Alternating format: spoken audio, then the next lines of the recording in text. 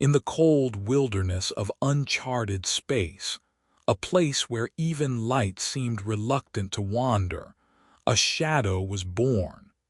It slipped out of hyperspace without a sound, as though reality itself hesitated to announce its arrival.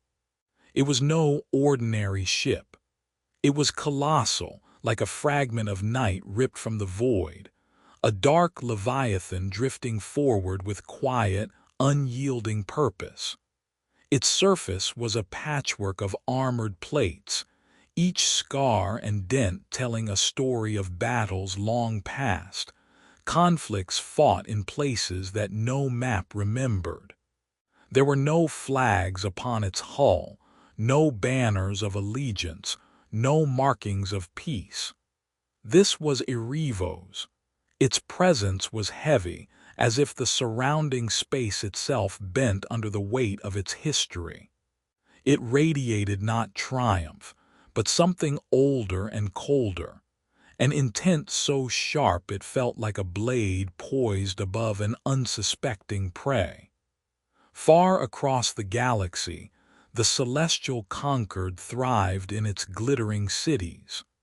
Towering spires of crystal and metal reached toward alien suns, and fleets of pristine vessels patrolled their borders with complacent grace.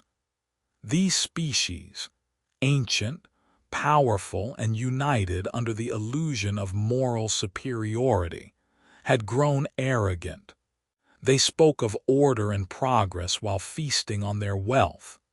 They preached peace while ignoring the cries of those they deemed too primitive, too chaotic, too unworthy. Humanity to them had always been an afterthought, a fragile race of dreamers and killers, forever fighting among themselves. When Earth sent pleas for aid, begging for food as famine swept continents, pleading for clean water as corporations hoarded the last reservoirs, calling for sanctuary as their world tore itself apart, the conquered answered with silence. It was not malice, it was worse, it was pity, and pity, as history teaches, can be deadlier than hatred. For pity looks down upon the desperate, reducing their suffering to insignificance. It strips dignity from the afflicted, leaving only despair in its wake. For 50 years Earth fell silent. No more transmissions, no more requests, no sign of life. The galaxy assumed humanity had collapsed, devoured by its own chaos. The conquered stopped asking questions, and in time, they stopped caring altogether. But silence is not always the mark of defeat. Sometimes it is the patience of a predator waiting in the dark. Deep within Erivo's, Commander Kalen Dravik stood motionless on the bridge. He was a tall figure, scarred by both war and betrayal, his eyes as cold as the void outside. The dim blue lights of the control deck cast harsh shadows across his face, revealing a man molded not by victory but by survival. Dravik was no politician, no visionary. He was a soldier, one of the last forged during Earth's final and bloodiest wars. He had seen cities burn. He had buried his own brother beneath the rubble of a world abandoned by those who could have saved it.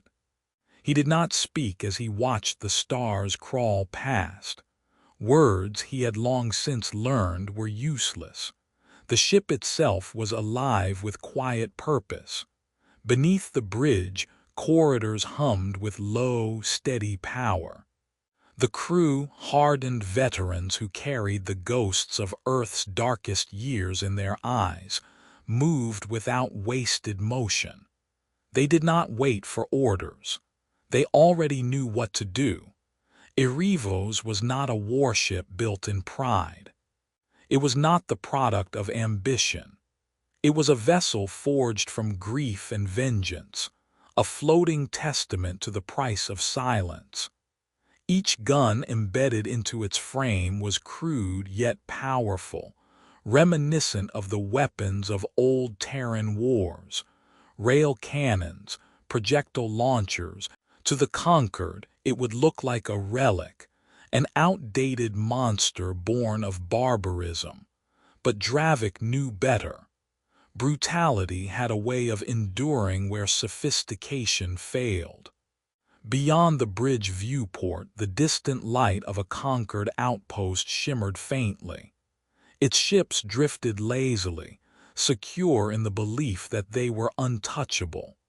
Loran Vex, Dravik's second-in-command, approached quietly. His face was gaunt, one eye replaced with a cybernetic lens that glowed faintly red. 5 minutes to contact, he said softly. Dravik's gaze did not shift. His voice was quiet, almost a whisper. Do not wait for them to fire first. Loran gave a single nod. There was no hesitation. They had all been waiting for this moment. Erivos moved like a phantom through the dark, unhurried yet inevitable. It was not simply a ship on a mission. It was the embodiment of every unanswered plea, every forgotten life, every grave dug in silence. And as it approached, the outpost sensor arrays finally detected the intruder. Alarms blared in languages long unused. On the Conquered's flagship, Helios Crown, officers stared at their displays in disbelief. This can't be right, one stammered.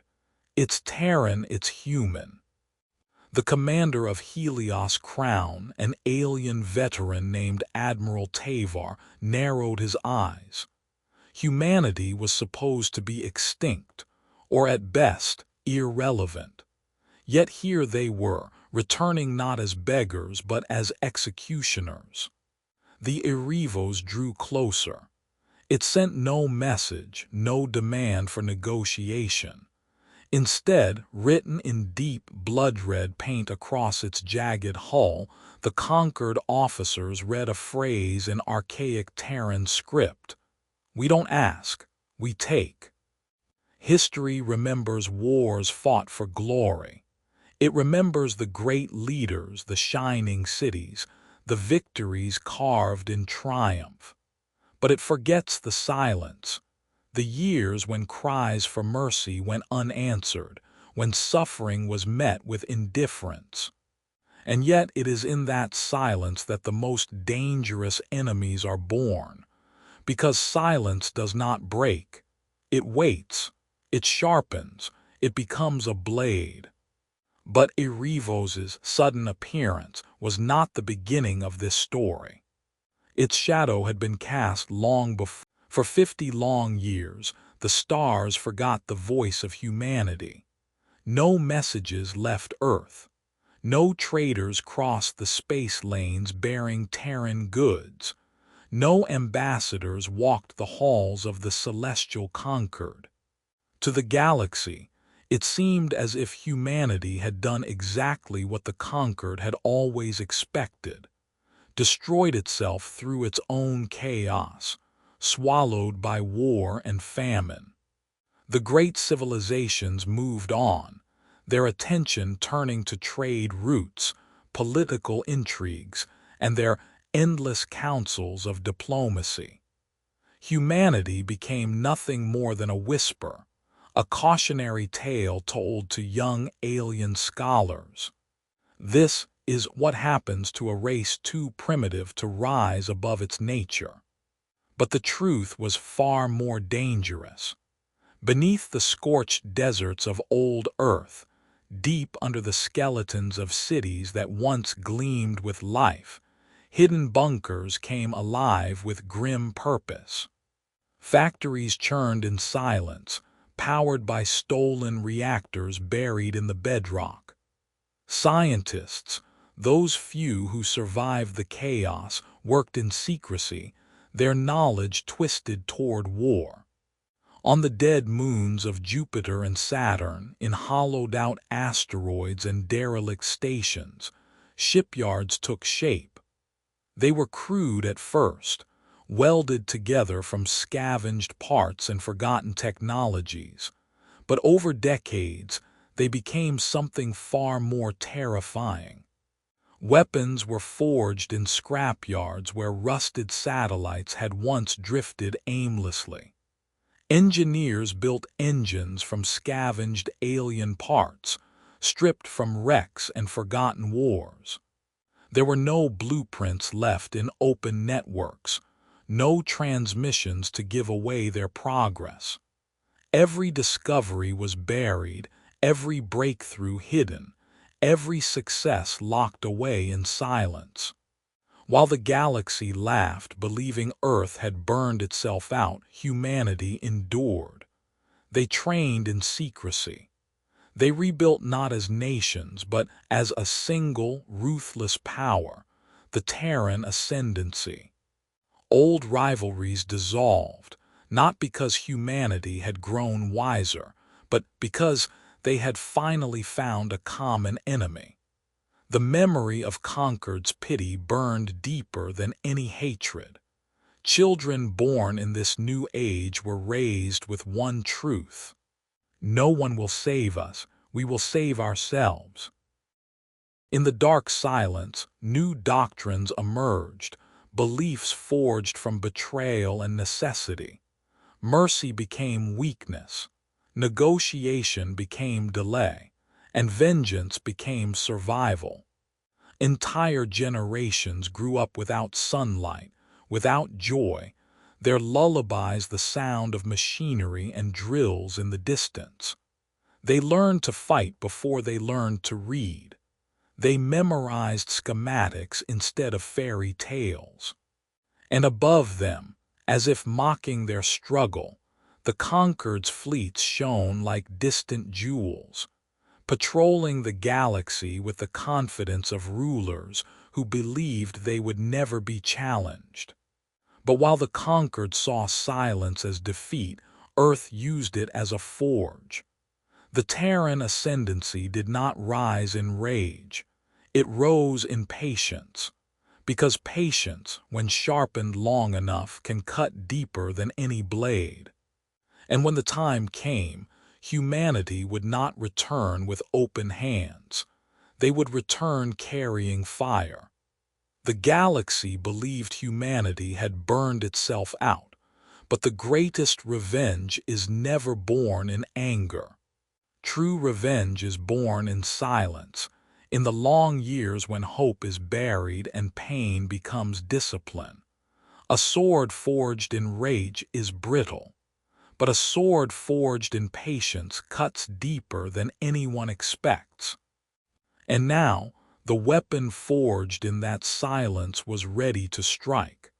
The galaxy that had dismissed humanity was about to witness the outpost of Vera Reach drifted quietly on the edge of conquered space, a gleaming fortress of metal and crystal suspended against the endless night. For decades, its garrison had known nothing but routine. Patrols came and went. Reports were filed. Threats were few, and real danger was almost unheard of. Far above the planet below, the flagship Helios Crown orbited lazily, a symbol of the Concord's unshakable authority. Its crew believed themselves untouchable, guardians of a galaxy too civilized for war. But then, the first reading appeared on the sensor officer's console, a faint, flickering signature where no ship should be.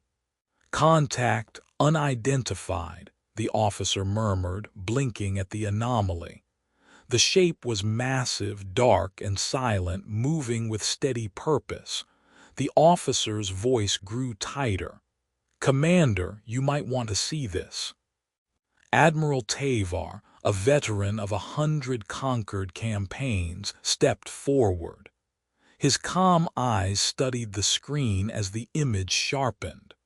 What appeared was no merchant freighter, no wandering explorer, no derelict wreck. It was a warship, ugly, jagged, brutal. Its armor looked welded by hand, its weapons exposed like claws bared for the kill. This was not a vessel of elegance. It was a floating declaration of violence. The crew stared in silence as their sensors magnified the image. Across the blackened hull, painted in deep blood-red strokes, were the words, "We don't ask, we take." On the bridge of the Erevos, Commander Kalen Dravik stood at the forward deck. His presence was as cold and immovable as the void outside. The faint light from the displays reflected off the scars lining his face, reminders of battles long past, wounds that had never truly healed. Beside him, Loran Vex, his second-in-command, stepped forward. His cybernetic eye glimmered faintly, the red glow dancing against the dim walls. "5 minutes to contact," Vex said, his voice steady, almost casual. Dravik's gaze remained fixed on the distant shape of Helios' crown. His voice was quiet, each word deliberate. "Don't wait for them to fire first." There was On Helios' crown, panic began to ripple through the crew. Alarms flared, flashing urgent warnings in languages spoken across dozens of worlds. Unidentified vessel closing fast. Attempting to hail, no response. "They're not broadcasting any signals." The bridge filled with the hum of officers scrambling for orders. The ship's weapons systems were armed, but no one had ever truly believed they would be used. Admiral Tavar felt the first real chill of fear in decades.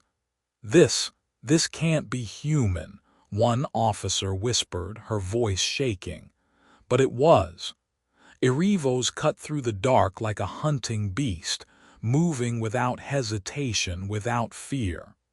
Its engines glowed faintly against the void, and with every second its weapons locked onto the conquered flagship.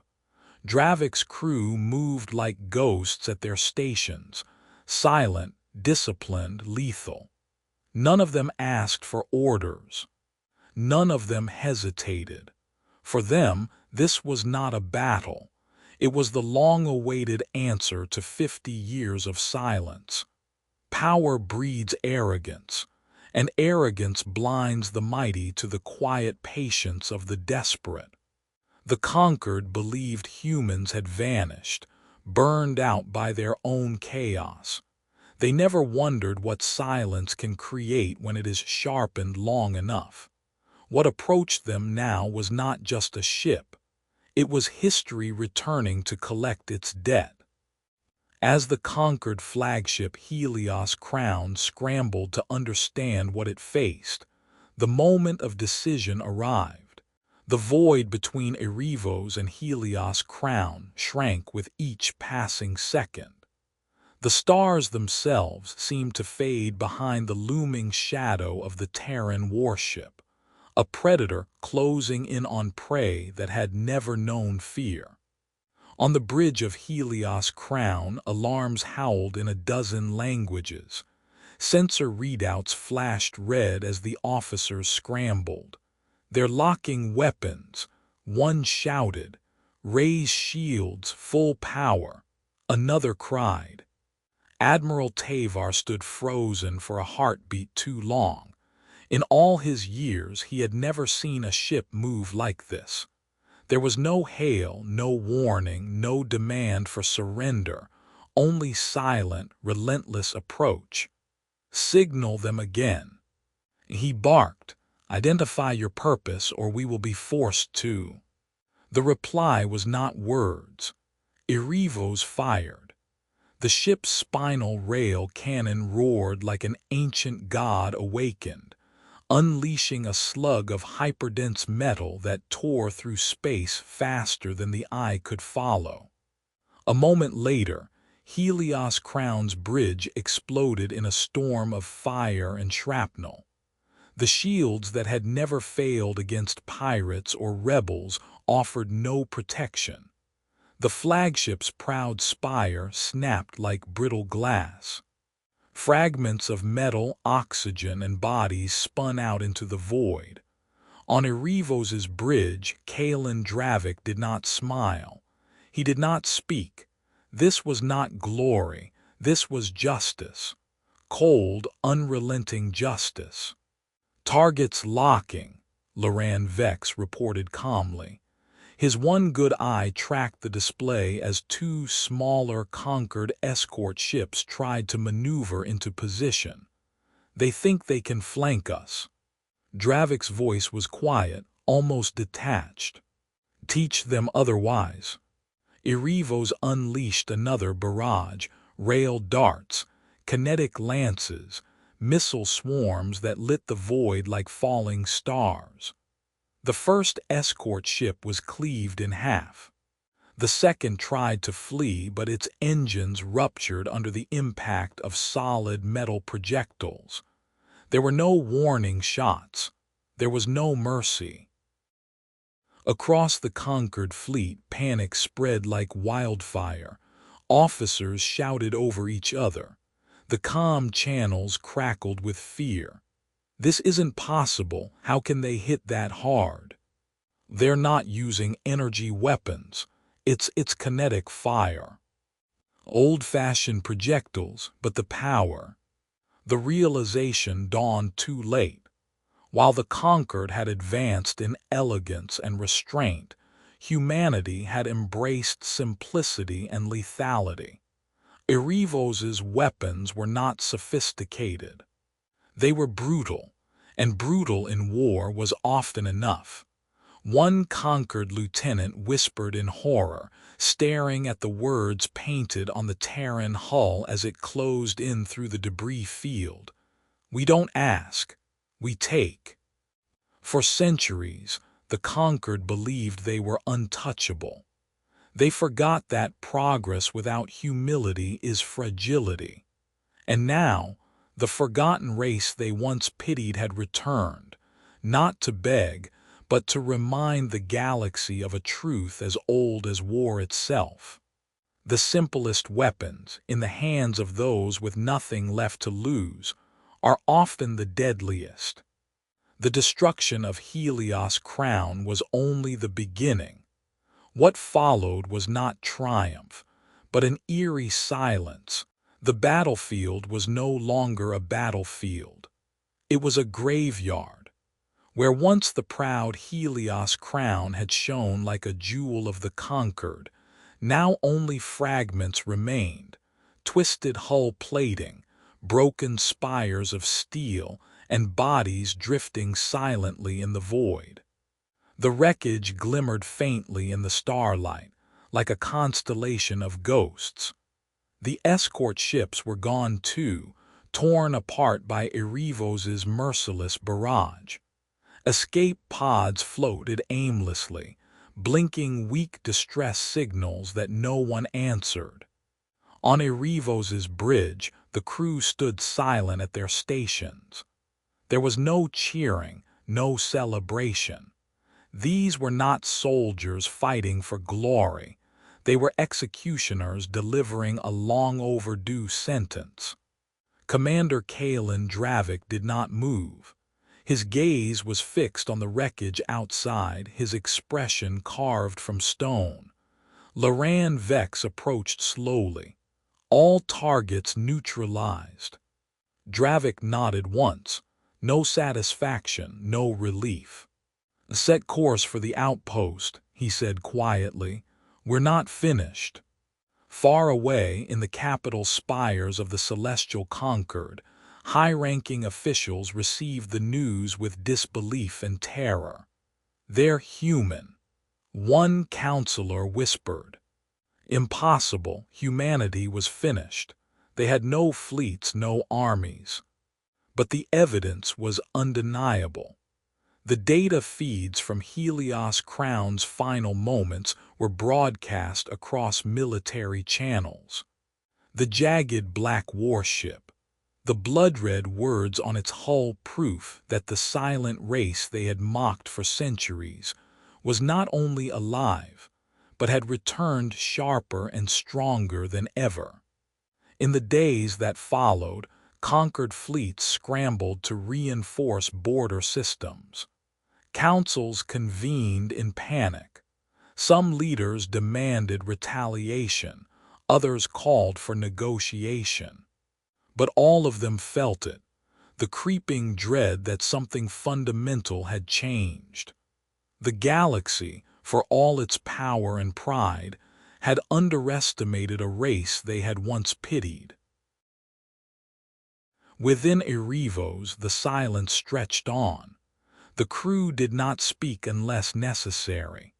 Dravik walked the length of the bridge slowly, his boots echoing against the steel floor. He saw their faces, scarred, cold, but not without thought. They weren't monsters. They were survivors. But survivors, forged in betrayal, could become monsters if the world demanded it. One young officer, a recruit barely into his 20s, stared at the drifting wreckage outside. "They didn't even fire at us," he murmured. Dravik stopped beside him. His voice was steady but heavy. "They didn't need to. They never thought we'd come." Arrogance is the armor of the powerful, but armor can blind as easily as it protects. The conquered had forgotten the oldest lesson of history. Those who are ignored, those who are dismissed as weak, they are the ones who remember, and when they return they do not come to speak, they come to take. To understand Kalen Dravik's unyielding resolve, one must look back further, to the boy who had lost everything, and the world that forced him to become a long before Erevos took shape in the void, before Kalen Dravik became a name that would haunt the stars, there was a boy. He had grown up under a sky choked with ash.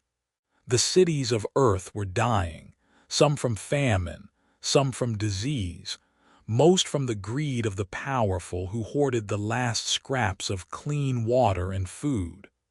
Corporations carved up nations, selling survival to the highest bidder. Governments no longer served their people, they sold them. Kalen was only 16 when he saw his younger brother, Aaron, gunned down during a riot in New Sao Paulo. It wasn't rebels or criminals who killed him.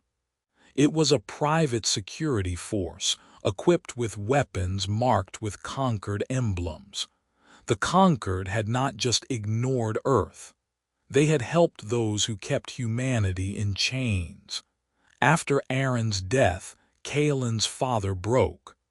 The man who had once sung old Terran hymns at night could no longer bear the world he lived in. One morning, Kalen found him hanging from a rusted water pipe in the alley behind their shelter. That day, Kalen stopped being a boy. He enlisted in the underground militias that formed after Earth's final governments collapsed. What began as scattered resistance hardened into the seeds of what would become the Terran Ascendancy, a movement born not from hope, but from fury, grief, and necessity. Kalen survived campaigns that wiped out entire colonies of collaborators. He rose quickly, not because of ambition, but because he understood war better than most. But the ascendancy did not stop at survival. In the decades that followed, they became something new. Factories were hidden beneath deserts scorched by radiation. Shipyards were buried inside hollowed asteroids. Scientists worked in the dark, their research buried under layers of secrecy. Children born in this era were not raised to dream. They were raised to endure. They memorized weapon schematics instead of lullabies. They learned combat drills before they learned to write their names. The new Earth stopped asking for help. It stopped believing in mercy. And it started preparing. Dravik had been one of the first chosen to lead the Ascendancy's fleets. He was not merely trained. He was reshaped. His loyalty was forged not just from his hatred of the conquered, but from his pain that the Ascendancy had learned to sharpen like a blade. For 50 years, Earth's skies were quiet, but beneath that silence, in the shadow of forgotten wars, Erevos was built. History often praises patience as a virtue, but patience can also be a weapon. Every unanswered plea, every betrayal, every grave dug without justice, all of it became the steel of Erevos, the steel of Kalen Dravik. The conquered thought humanity had perished, but humanity had been listening and preparing. And from that crucible of suffering, Erevos emerged, not as a symbol of hope, but as the blade that the destruction of Helios' crown was not just the fall of a ship, it was the breaking of an illusion. For centuries, the celestial conquered had believed itself untouchable, its fleets vast, its power unquestioned. Helios' crown's wreckage proved otherwise. The first Terran warship to return to the stars had dismantled their pride in minutes. News spread faster than light. Holofeeds across the conquered showed grainy footage of the jagged black vessel with its blood-red markings.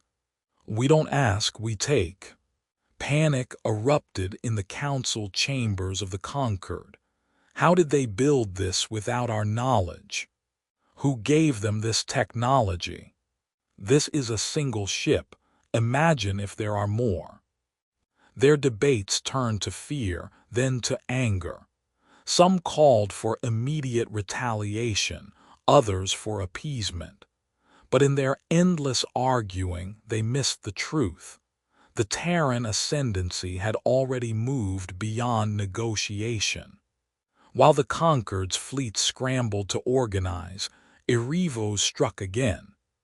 Outposts fell one by one, supply depots, communications relays, even orbital shipyards.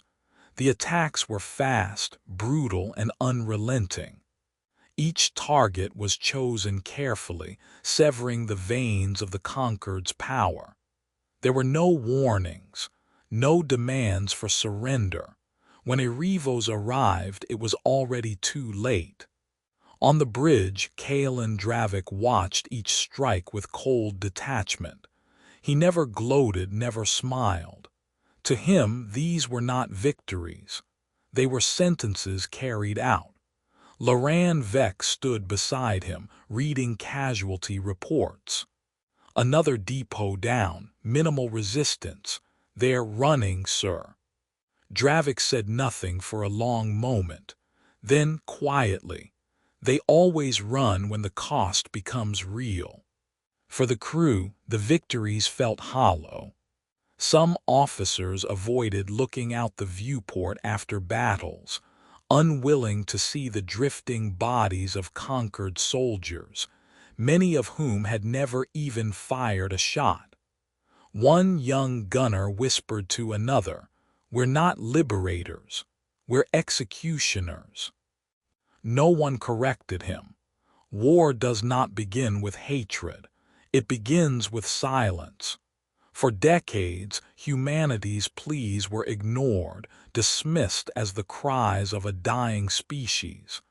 And so the galaxy learned a bitter lesson too late. When justice is denied for too long, what rises in its place is not justice at all, but vengeance. But even as victor, Erevos moved from system to system like a shadow of doom.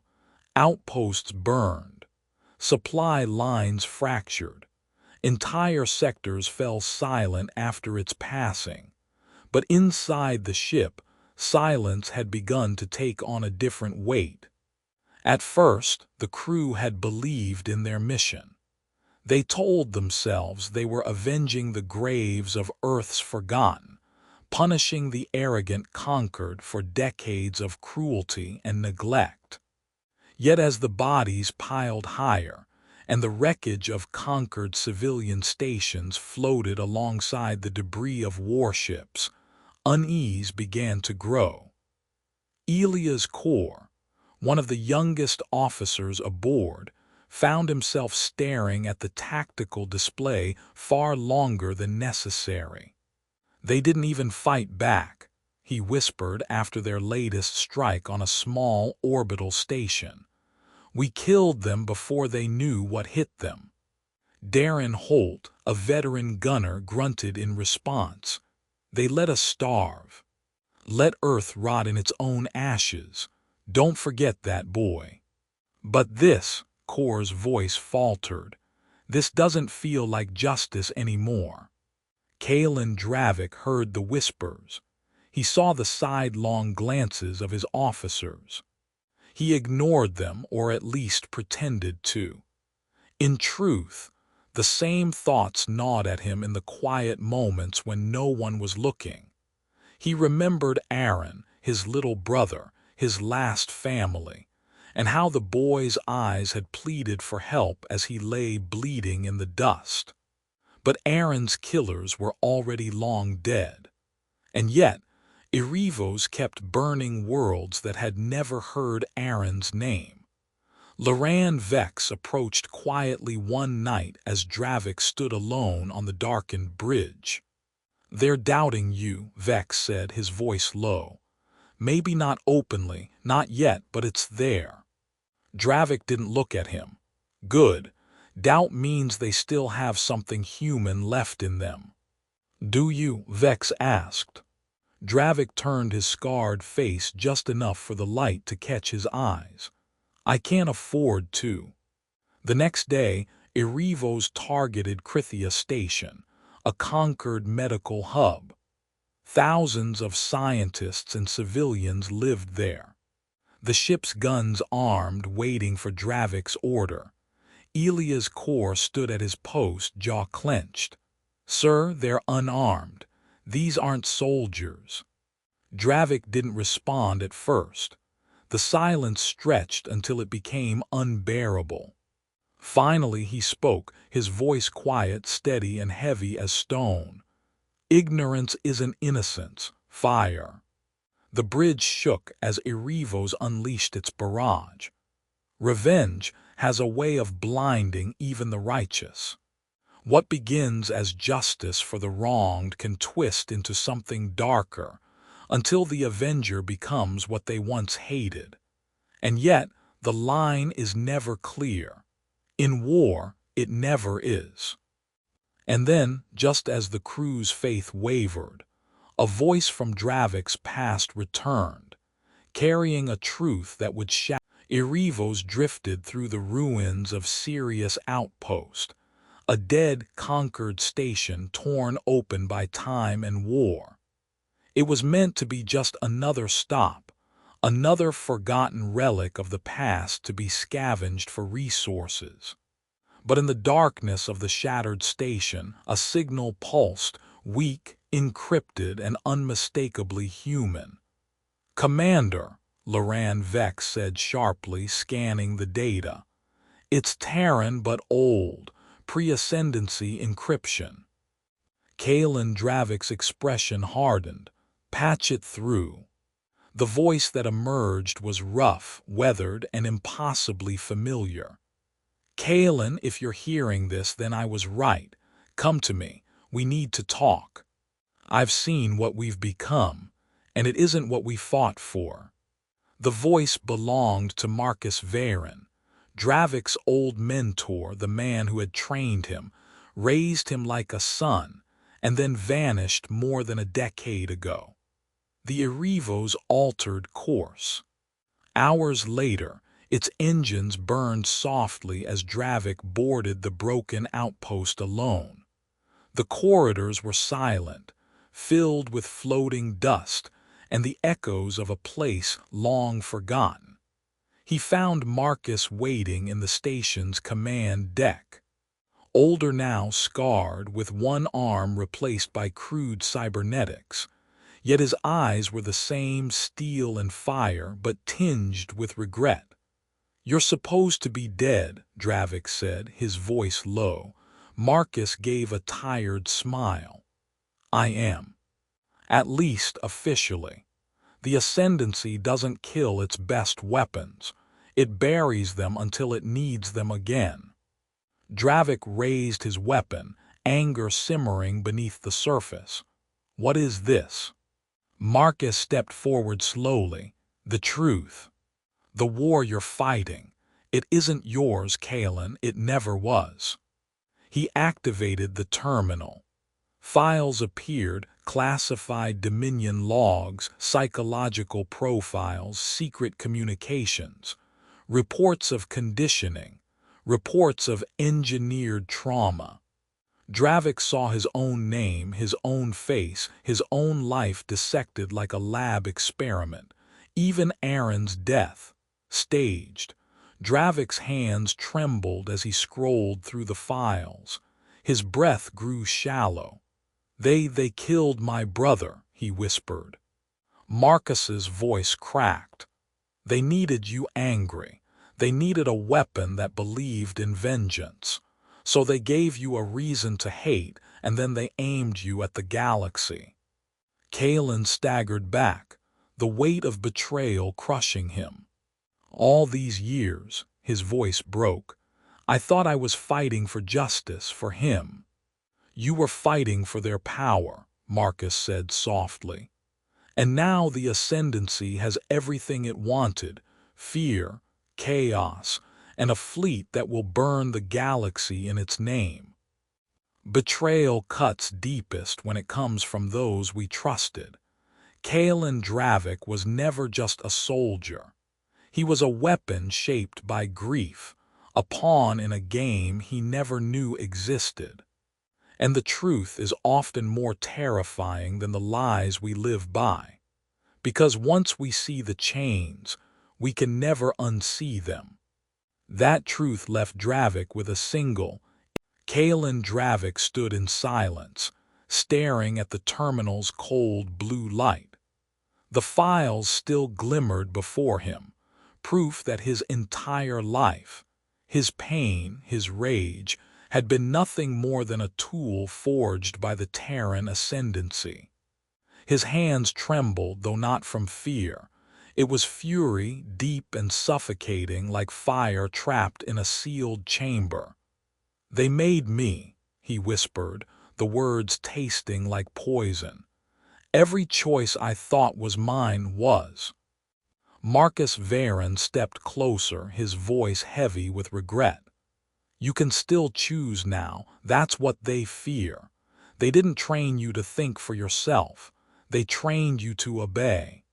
"But Kalen," Marcus's voice softened, almost like a father speaking to a son, "you're not just their weapon. You never were." Dravik's eyes hardened. "If I turn against them, they'll hunt us. They'll erase Erevos." "The crew." Marcus shook his head. "Your crew is already breaking. You've seen it, the doubt, the fear. They followed you because they believed your fight was just, but now you know it is." Kalen said nothing, because Marcus was right. When Dravik returned to Erevos, the crew felt something different in him. His steps were slower, heavier, as though the warship's corridors carried a new gravity. He gathered his senior officers in the strategy chamber. The galactic map glowed above the table, red markers littering the Conquered's core territories, targets the Ascendancy had ordered him to destroy. Kalen stood at the far end of the table, hands clasped behind his back. "New directive," he said finally, his voice steady. From this moment on, we fight for the truth, not for Earth, not for the ascendancy." The room fell silent. Loran Vex stepped forward, eye narrowing. "You mean you're betraying Earth?" Kalen met his gaze. "I'm betraying them, the liars who turned us into weapons, the same ones who let Earth burn just so they could rule what was left." Some officers exchanged uneasy glances. Others looked relieved, though they would never say it aloud. Elias Kor, the young officer who had long doubted their mission, finally spoke. "Sir, if we turn against the ascendancy, we'll be hunted by both sides. There's no going back from this." Kalen's face was grim. There was never any going back. Power does not fear armies. It fears the moment when obedience dies. Kalen Dravik had been many things: a soldier, a commander, a weapon. But now, for the first time, he was something far more dangerous. A man who had chosen to think for himself. The moment Dravik chose defiance, there was no turning back. And the ascendancy, desperate to maintain control, moved to erase him before the truth could spread. The decision was made. There would be no return, no forgiveness, no safe harbor left for Kalen Dravik or the crew of Erivos. The warship systems hummed with renewed energy as Dravik entered the final codes into the command terminal. "Open all channels," he ordered. Across the galaxy, from the glittering towers of the Concord's capital to the industrial spires of the Ascendancy's own strongholds, civilian and military networks alike lit up with a single broadcast. It was Kalen's voice, steady, cold, and unflinching. "My name is Kalen Dravik, commander of the Erivos. I was forged as a weapon by those who claim to defend humanity. Every order I followed, every world I burned, it was never for Earth. It was for their power. The Terran ascendancy is not salvation. It is chains. And now you know the truth." Alongside his words, Dravik transmitted the files Marcus had given him, evidence of the ascendancy's lies, of engineered grief, psychological conditioning, and the staged atrocities that had created commanders like him. The galaxy erupted in chaos. Conquered counselors shouted in disbelief, some demanding immediate retaliation, others hesitating as the weight of the truth settled in. Within the ascendancy itself, fear replaced control. Mutiny broke out in several fleets as officers questioned the legitimacy of their orders. But the ascendancy acted quickly. Hours later, Erivos detected a massive warp signature. An Oblivion-class purifier, the ascendancy's most feared ship, built for one purpose: to erase traitor vessels and their crews, leaving no trace behind. Loran Vex studied the readings, jaw tightening. "They're not coming to capture us. They're coming to wipe us out." Dravik nodded once. "We fight." The crew moved to their stations without hesitation. Whatever doubts they had, whatever fear lingered in their hearts, they knew this was the final stand. For the first time since the war began, their fight was not for vengeance. It was for freedom, however brief it might be. The purifier emerged from warp like a silent god of death, its black hull gleaming under distant starlight. It did not hail, it did not warn. A single transmission came through: surrender within 30 minutes or be erased. Dravik crushed the data pad in his hand. "Arm all weapons," he ordered. "Full charge, we don't run." Every empire believes obedience is eternal, but power built on lies can never hold forever. Erebos was no longer a warship of vengeance. It had become something far more dangerous.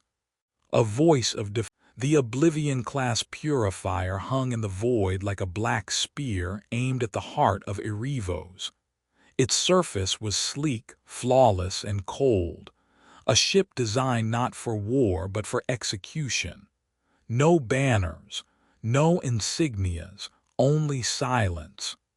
Enemy weapons charging, Loran Vex reported, his cybernetic eye flashing red.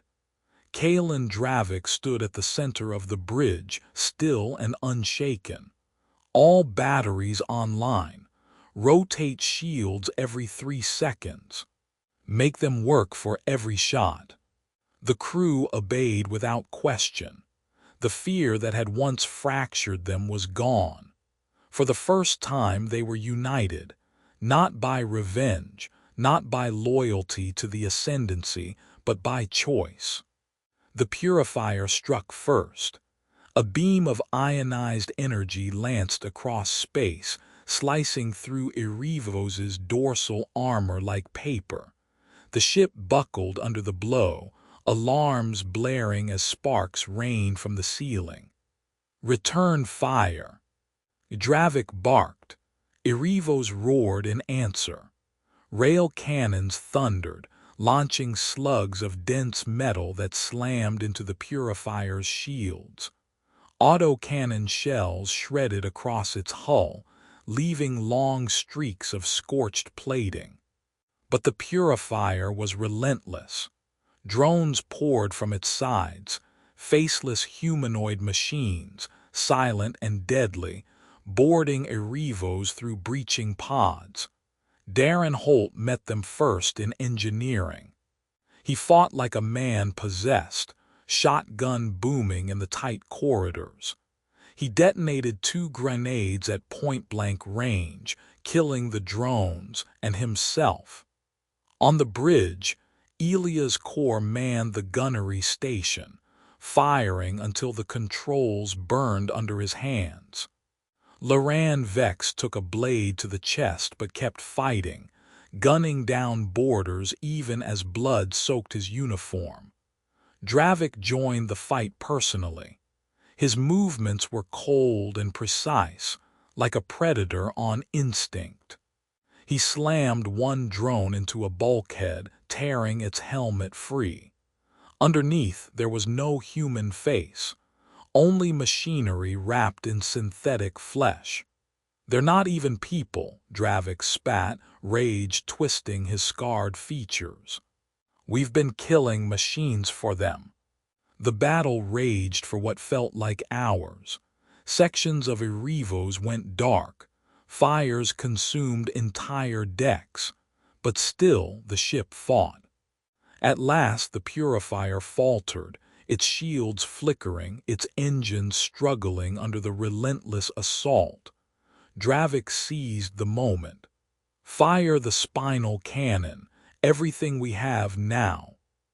The shot tore through the purifier's hull, splitting it open in a flash of light and molten steel. Silence fell. The Oblivion-class purifier was drifting, broken, but victory had come at a cost. Half the crew was dead. Loran Vex lay dying on the bridge, blood pooling beneath him. He smiled weakly at Dravik. "You made them fear us. Maybe now they'll finally listen." Then he was gone. Dravik stood alone, surrounded by the wreckage of his ship and his crew. He looked at the stars, cold, distant, and unfeeling. The galaxy had seen the truth. The files had already spread. The Ascendancy's lies were broken, their perfect control shattered. But freedom, he realized, would not come easily. Every war leaves ghosts. Some walk among the living, carrying the weight of what they've done. Kalen Dravik was one such ghost. A man forged as a weapon, who finally chose to be human, even if it cost him everything. The Purifier was defeated, but Erevos lay crippled. As the galaxy erupted in chaos over the truth, Kalen Dravik stood alone among the wreckage, knowing the fight for freedom had only. Years passed. The galaxy changed. The Terran ascendancy fractured as the truth of its lies spread. Fleets mutinied. Colonies rebelled. Some humans fled the ascendancy entirely, ashamed of what their world had become. The Celestial Conquered, once so proud, struggled to understand the power of the silence they had ignored. For the first time in centuries, its council chambers echoed not with arrogance, but with fear, and a measure of humility. Erevos was never repaired. It drifted through the quiet expanse of the Seraphal Expanse, its jagged hull scarred by countless battles. Most of its crew had departed long ago, some seeking redemption, others simply seeking peace. Kalen Dravik never left. He remained aboard the dying warship, a lone figure wandering its darkened halls, haunted by memories of Aaron, of Marcus, of every world he had burned. The man who had once been a weapon had finally become something else. A warning. Travelers who passed near the Seraphal Expanse sometimes claimed they could see it. A black silhouette drifting against the stars, its blood-red markings faded but still legible. We don't ask, we take. But those who ventured closer said the words had been scorched away, the metal blackened where they once were. No one knew who had done it, Dravik himself, or perhaps time. Legends spread. Some said Erevos was cursed, haunted by the ghosts of its victims. Others believed it was sacred, a tomb for the last man who had dared to defy the chains of power. A few whispered that, if you listened closely on certain frequencies, you could still hear a voice. My name is Kalen Dravik. I was a weapon once built to burn the galaxy in silence. But a weapon can choose to stop. And when it does, that silence becomes the loudest truth of all. Every empire believes it is eternal. Every ruler believes the weak will always kneel. But the story of Erevos became a reminder written in the stars,